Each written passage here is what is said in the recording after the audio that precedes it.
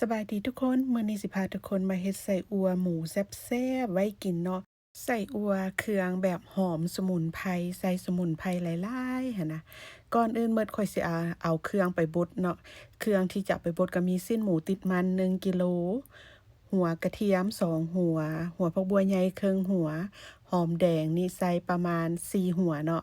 แล้วก็หัวสิงไคประมาณ7หัวแล้วก็ใบขี้หูด ข้อยสินำเอาเครื่องทั้งหมดนี่ไปบดให้มันมุนละเอียดดีเลยเนาะรวมทั้งซีนเพราะว่าซีนข้อยซื้อมามื้อนี้เป็นซีนก้อนใหญ่ๆแล้วข้อยเอามาซอยเองแล้วเอามาบดเองหั้นนะเพราะว่ามันสิราคาถูกกว่าซีนหมูบด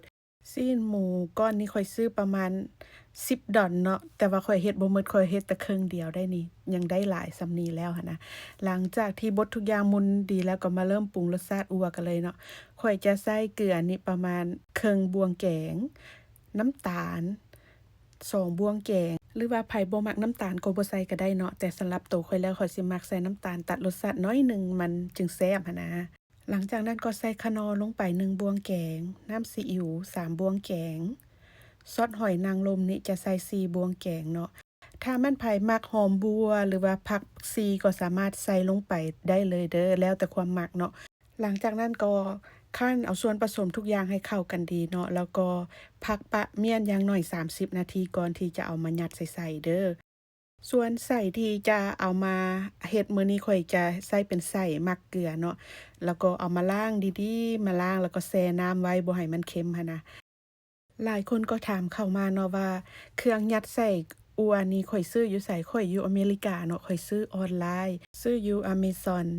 แต่สำหรับไผอยู่ลาวข้อยฮู้ร้านหนึ่งที่เพิ่นมักขายเครื่องใช้เรือนครัวหั้นนะเดี๋ยวข้อยสิแปะลิงก์อยู่กล้องวิดีโอนี้เด้อให้ทุกคนไปถามเอาเองเนาะว่าเพิ่นมีขายบ่เพราะว่าร้านนี้เพิ่นขายเครื่องใช้เรือนครัวหลายอย่างเลยหั้นนะเครื่องยัดไส้อั่วแบบนี้นี่ยัดไส้อั่วได้ง่ายเลยแต่ว่ามันอาจจะต้องใช้แรงหลายหน่อยหนึ่งเนาะข้อยยัดไส้อั่วทั้งหมดนี่ประมาณ10นาทีนี่ก็แล้วหมดเลยเนาะมันง่ายแต่ว่าต้องได้ใช้แรง หลังจากที่ยัดไส้อั่วแล้วมาแล้วก็มาเฮ็ดเป็นข้อเป็นข้อบัดนี้เนาะไผมักข้อน้อยข้อใหญ่ก็เฮ็ดเป็นข้อตามใจมักเลยเนาะแต่ว่าข้อยจะบ่ได้ใส่เป็นด้ายมามัดได้ข้อยจะเอาไม้จิ้มมาจิ้มไล่ลมออกแบบนี้เนาะแล้วก็สิม้วนๆแบบนี้เนาะเฮ็ดเป็นข้อเป็นข้อแล้วก็เอามีดตัดๆหรือว่าสิจงไว้เป็นเส้นแบบนั้นก็ได้เนาะต่างแต่ว่าต้องเฮ็ดเป็นข้อไว้เวลาสิกินก็ตัดเป็นข้อเป็นข้อมาปิ้งหั้นนะ หลังจากเฮ็ดเป็นข้อเป็นข้อแล้วเขาก็สิมาแบ่งเป็นถุงๆไว้แบบนี้แล้วก็แช่แข็งไว้เนาะอยากยามใดก็เอามาปิ้งกินสะดวกดี